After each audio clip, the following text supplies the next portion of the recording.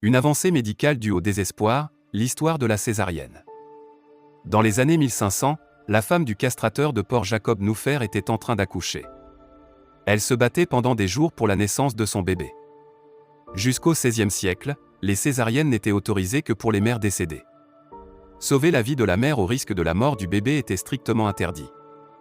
13 sages-femmes avaient été appelées à l'aide et aucune n'a pu mener à bien le processus.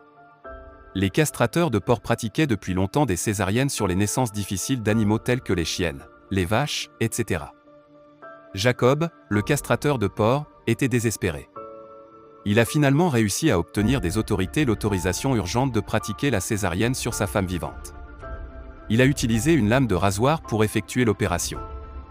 La première césarienne dans l'histoire était réussie, d'ailleurs, la mère et le fils ont survécu.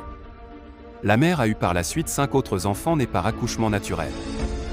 La première césarienne de l'histoire sur une femme vivante a été sans anesthésie et avec une lame de rasoir. D'ailleurs, la césarienne n'était pratiquée que sur les animaux. Like et abonne-toi pour en apprendre plus chaque jour.